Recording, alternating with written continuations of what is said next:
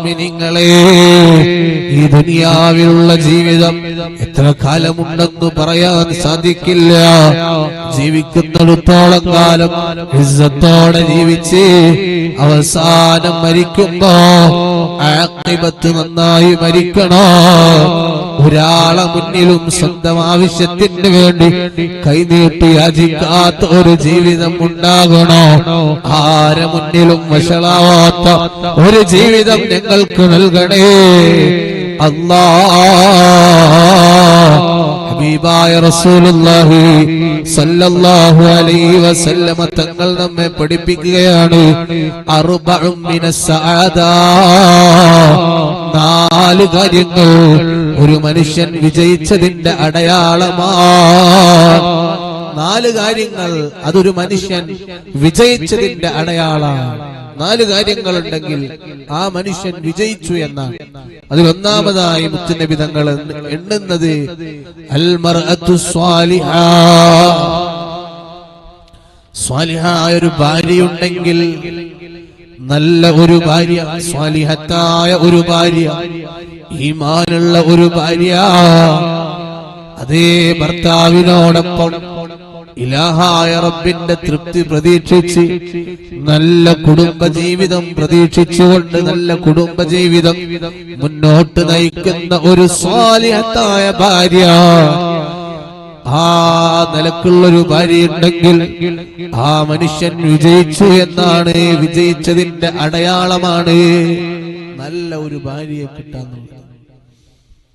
അല്ലാഹു നമ്മുടെ ഭാര്യമാരെയൊക്കെ ഭർത്താക്കന്മാരെയൊക്കെ സ്വാലിഹത്തും സ്വാലിഹുമാക്കി അനുഗ്രഹിക്കുമാറാവട്ടെ.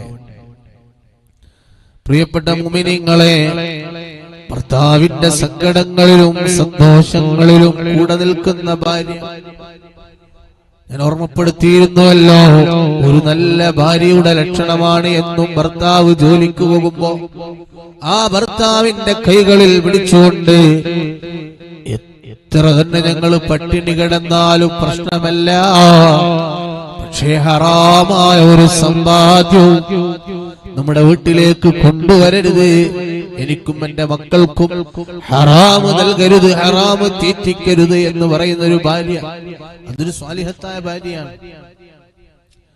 ഭർത്താവിനെ ഹറാമിൽ നിന്ന് മാറ്റി നിർത്തുന്ന ഭാര്യ, ഭർത്താവിന്റെ എല്ലാ സന്തോഷങ്ങളിലും സങ്കടങ്ങളിലും കൂടെ നിൽക്കുന്ന ഭാര്യ, ഭർത്താവ് ജോലിക്ക് പോകുമ്പോൾ തിരിച്ചു വരുന്നതുവരെ ഉറങ്ങാതെ കാത്തിരിക്കുന്ന ഭാര്യ, ഒരുമിച്ച് ഭക്ഷണം കഴിക്കുന്ന ഭാര്യ ഭർത്താക്കന്മാർ, ഒരുമിച്ച് സ്നേഹം പങ്കിടുന്ന ഭാര്യ ഭർത്താക്കന്മാർ, സന്തോഷത്തോടെ വളരെ സ്നേഹത്തോടുകൂടെ മുന്നോട്ട് പോകുന്ന ഒരു കുടുംബജീവിതം, ആ നിലക്കുള്ള ഒരു സ്വാലിഹത്തായ ഒരു ഭാര്യയുണ്ടെങ്കിൽ പിന്നെ ആ മനുഷ്യന്റെ ജീവിതം വലിയ വിജയത്തിലേക്ക് എത്തുന്നതാണ്. ഈ ഹദീസ് എത്ര വ്യക്തമാണ്. ഭർത്താവ് മോശക്കാരനാണെങ്കിൽ പോലും, ഒരുപക്ഷെ നിസ്കരിക്കാത്ത ഒരാളാണെങ്കിൽ പോലും, ഒരു സ്വാലിഹത്തായ ഭാര്യ വരുന്നതോടുകൂടെ പിന്നെ ആ ഭർത്താവ് നല്ല നിസ്കാരക്കാരനായി മാറും. എത്ര അനുഭവങ്ങൾ, എത്ര ആളുകൾ പറയുന്നത് നമ്മുടെ അനുഭവത്തിൽ തന്നെ കേട്ടിട്ടുണ്ട്. ഉസ്താദ് ആ നിസ്കരിക്കൂലായിരുന്നു, പെണ്ണെട്ടിയതിനു ശേഷമാണ്, പിന്നെ പെണ്ണുങ്ങൾ സമ്മതിക്കൂല, പിന്നെ അൽഹംദുലില്ലാ അങ്ങനെയാണ് നിസ്കരിച്ചു തുടങ്ങി. ഇപ്പൊ അൽഹംദുലില്ലാ നമ്മള് കൃത്യമായി നിസ്കരിച്ചു തുടങ്ങി. ഉസ്താദ് അൽഹംദുലില്ലാ ഞാൻ ഇങ്ങനെ ആവാൻ കാരണം എന്റെ ഭാര്യയാണ്. ഇങ്ങനെ എത്ര ആളുകൾ പറയാറുണ്ട്. ഒരു സ്വാലിഹത്തായ ഒരു ഭാര്യ ജീവിതത്തിൽ ഉണ്ടെങ്കിൽ ആ ഭർത്താവ് നന്നാവും. എത്ര മോശപ്പെട്ട സ്വഭാവം ഉണ്ടെങ്കിലും ഭർത്താവിനെ നന്നാക്കിയെടുക്കാൻ ഒരു പരിധി വരെ ഒരു ഭാര്യക്ക് സാധിക്കും, അതിൽ യാതൊരു സംശയമില്ല. അല്ലാഹു നമ്മുടെ കുടുംബ ജീവിതത്തിൽ വലിയ ബറക്കത്ത് നൽകുമാറാവട്ടെ. ഭർത്താവ് എന്തെങ്കിലും ഹറാമായ പ്രവൃത്തികൾ ചെയ്യുന്നവനാണെങ്കിൽ ആ ഭർത്താവിനെ ഹറാമിൽ നിന്ന് പിന്തിരിപ്പിക്കാൻ ഒരു ഭാര്യക്ക് ഒരു പരിധി വരെ സാധിക്കും. അപ്പൊ നല്ല സ്വാലിഹത്തായ ഒരു ഭാര്യ ജീവിതത്തിലേക്ക് കടന്നു വരുന്നതോടുകൂടെ അവന്റെ ജീവിതം വിജയിക്കാണ്. പിന്നെ അതുകൊണ്ടാണ് റസൂലുള്ളാഹി തങ്ങൾ എണ്ണിയത് ഒരു മനുഷ്യന്റെ ജീവിത വിജയത്തിന്റെ ഒന്നാമത്തെ അടയാളം അവൻക്ക് സ്വാലിഹത്തായ ഒരു ഭാര്യയെ കിട്ടാന്നുള്ള. ഭാര്യ മോശമായി പോയാലോ പിന്നെ വലിയ പ്രയാസമാണ്. അല്ലാഹു നമ്മുടെ കുടുംബ ജീവിതത്തിൽ വലിയ ബറക്കത്ത് നൽകട്ടെ. നമ്മുടെ ഭാര്യമാരെ ഭർത്താക്കന്മാരൊക്കെ അല്ലാഹു നന്നാക്കി തരട്ടെ.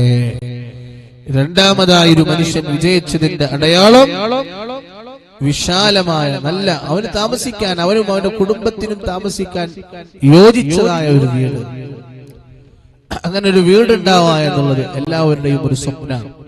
നല്ല ഒരു വീട് അല്ലെ? എത്ര ആളുകളുണ്ട് വാടക വീട്ടിൽ കഴിയുന്നവർ, പാവങ്ങൾ. അവരൊന്നും പരാജയപ്പെട്ടു എന്നല്ല അതിന്റെ അർത്ഥം. അള്ളാഹു ഖൈറായ സമയത്ത് നമുക്ക് വീട് നൽകും. ചെറിയ ചെറിയ പരീക്ഷണങ്ങളൊക്കെ ഉണ്ടാവും എന്നതിന്റെ അർത്ഥം നമ്മൾ പരാജയപ്പെട്ടു എന്നാണോ? അതൊന്നല്ല. ഇനിയിപ്പോ വീടില്ലാത്തവരൊക്കെ ഞാൻ പരാജയപ്പെട്ടു പോയി എന്നൊന്നും ചിന്തിക്കരുത്. പക്ഷെ നല്ലൊരു വീടുണ്ടാവുക എന്നുള്ളത് വിജയിച്ചതിന്റെ അടയാളം എന്നാ പറഞ്ഞത്. എന്ന് വിചാരിച്ച് വീടില്ലാത്തവര് പരാജയപ്പെട്ടു എന്നാണോ? അല്ല, അത് അള്ളാഹു നൽകുന്ന ഒരു പരീക്ഷണമാണ്. നമുക്ക് യോജിച്ച സമയത്ത് അള്ളാഹു നല്ല ഒരു വീട് തരും.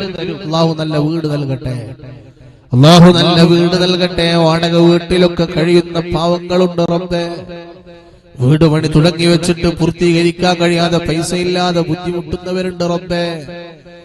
അല്ലാ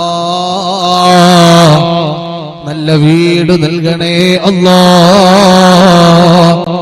ഒരു വീട് വെക്കണമെന്ന സ്വപ്നത്തോടെ പ്രവാസ ലോകത്ത് കഷ്ടപ്പെടുന്ന ഭർത്താക്കന്മാർ എത്രയുണ്ട്. പടച്ചോനെ നല്ല വീട് നീ നൽകണേ അല്ലാ. മൂന്നാമത് നല്ലൊരു അയൽവാസി ഉണ്ടാവും. അതൊരു മനുഷ്യൻ വിജയിച്ചതിന്റെ അടയാളം. അവന്റെ അയൽവാസികൾ നന്നാവും. നമ്മളാദ്യം നന്നാവണം, അയൽവാസികൾ നല്ലവരാവണം. 4 യോജിച്ചതായ ഒരു വാഹനം. വൽമർക്കബുൽ ഹനീ, നല്ല യോജിച്ച ഒരു വാഹനം. അതൊരു മനുഷ്യന്റെ വിജയിച്ചതിന്റെ അടയാളമാണ്. അവന് യാത്ര ചെയ്യാൻ പറ്റിയ നല്ല യോജിച്ച ഒരു വാഹനം എന്ന് പറഞ്ഞാൽ ബെൻസ് തന്നെ വേണമെന്നില്ല, അതല്ലെങ്കിൽ മറ്റു നല്ല മുന്തിയ വാഹനങ്ങൾ തന്നെ വേണമെന്നൊന്നുമില്ല.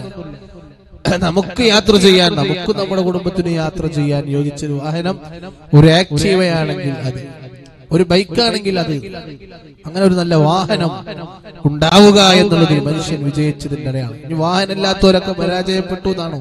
അല്ല.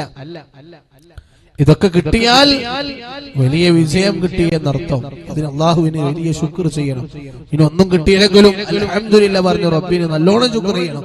കാരണം അള്ളാഹു നമ്മളെ പരീക്ഷിക്കും. മുഅ്മിനീങ്ങളായ ആളുകൾക്ക് അള്ളാഹു പരീക്ഷണങ്ങൾ നൽകും. അത് അള്ളാഹ്ക്ക് അവർ ഇഷ്ടമുള്ളത് കൊണ്ടാണ്. ഒരുപക്ഷെ നമുക്ക് വീടില്ല എന്ന് പറഞ്ഞാൽ നമ്മൾ പരാജയപ്പെട്ടു എന്നാണോ? അല്ല, അള്ളാഹ്ക്ക് നമ്മളെ ഇഷ്ടമുള്ളത് കൊണ്ട് അള്ളാഹു നമ്മളെ പരീക്ഷിക്കാണ്. ആ പരീക്ഷണങ്ങളിൽ തൃപ്തിപ്പെടാൻ നമുക്ക് കഴിയണം. അള്ളാഹു നമുക്ക് നല്ല ഒരു ജീവിതം നൽകുമാറാവട്ടെ. ആരെയും പ്രയാസപ്പെടുത്താത്ത, ആരെയും ബുദ്ധിമുട്ടിക്കാത്ത നല്ല ഒരു ജീവിതം. തഴവ ഉസ്താദിന്റെ ബൈത്തിൽ പറയുന്ന പ്രധാനമായ ഒരു പോയിന്റ് ഉണ്ട്. ആർക്കും ഉപകാരം ചെയ്തിട്ടില്ലെങ്കിലും നിങ്ങൾ ആരെയും ഉപദ്രവിക്കരുത്. തഴവ ഉസ്താദിന്റെ ബൈത്തിൽ പറഞ്ഞ 1-2 കാര്യങ്ങളാണ്. ആർക്കും നമ്മൾ ഉപകാരം ചെയ്തിട്ടില്ലെങ്കിലും ഉപദ്രവിക്കാൻ പാടില്ല. ആരെയും സന്തോഷിപ്പിച്ചിട്ടില്ലെങ്കിലും വേദനിപ്പിക്കാൻ പാടില്ല. ആർക്കും ആശംസകൾ നൽകിയിട്ടില്ലെങ്കിലും നിന്ദിക്കാൻ പാടില്ല. ഒരാൾക്കൊരു നിയമത്ത് കിട്ടി, അയാൾ എല്ലാവരും ആശംസിച്ചുകൊണ്ടിരിക്കുകയാണ്. അങ്ങനെ നിങ്ങൾ ആശംസിച്ചിട്ടില്ലെങ്കിലും, ആശംസിക്കാന്നുള്ള വലിയ കൂലിയുണ്ട്, പക്ഷെ അങ്ങനെ ആശംസിച്ചിട്ടില്ലെങ്കിലും നിന്ദിക്കാൻ പാടില്ല. ഒരാൾക്ക് ഉപകാരം ചെയ്യാന്ന് പറഞ്ഞാൽ വലിയ കൂലിയുള്ള കാര്യമാണ്. നമ്മൾ ഉപകാരം ചെയ്തിട്ടില്ലെങ്കിലും ഉപദ്രവിക്കാൻ പാടില്ല. ഒരാളെ സന്തോഷിപ്പിക്കാന്നുള്ള വലിയ ഇബാദത്താണെന്ന് നബിയുനാ റസൂലുള്ളാഹി സ്വല്ലല്ലാഹു അലൈഹി വസല്ലം. അങ്ങനെ നിങ്ങൾ സന്തോഷിപ്പിച്ചിട്ടില്ലെങ്കിലും സങ്കടപ്പെടുത്താൻ പാടില്ല. അല്ലാഹു നല്ല ഒരു ജീവിതം നമുക്ക് നൽകുമാറാവട്ടെ. നല്ല ഒരു ജീവിതം അല്ലാഹു നമുക്ക് നൽകുമാറാവട്ടെ. ആമീൻ യാ റബ്ബൽ ആലമീൻ.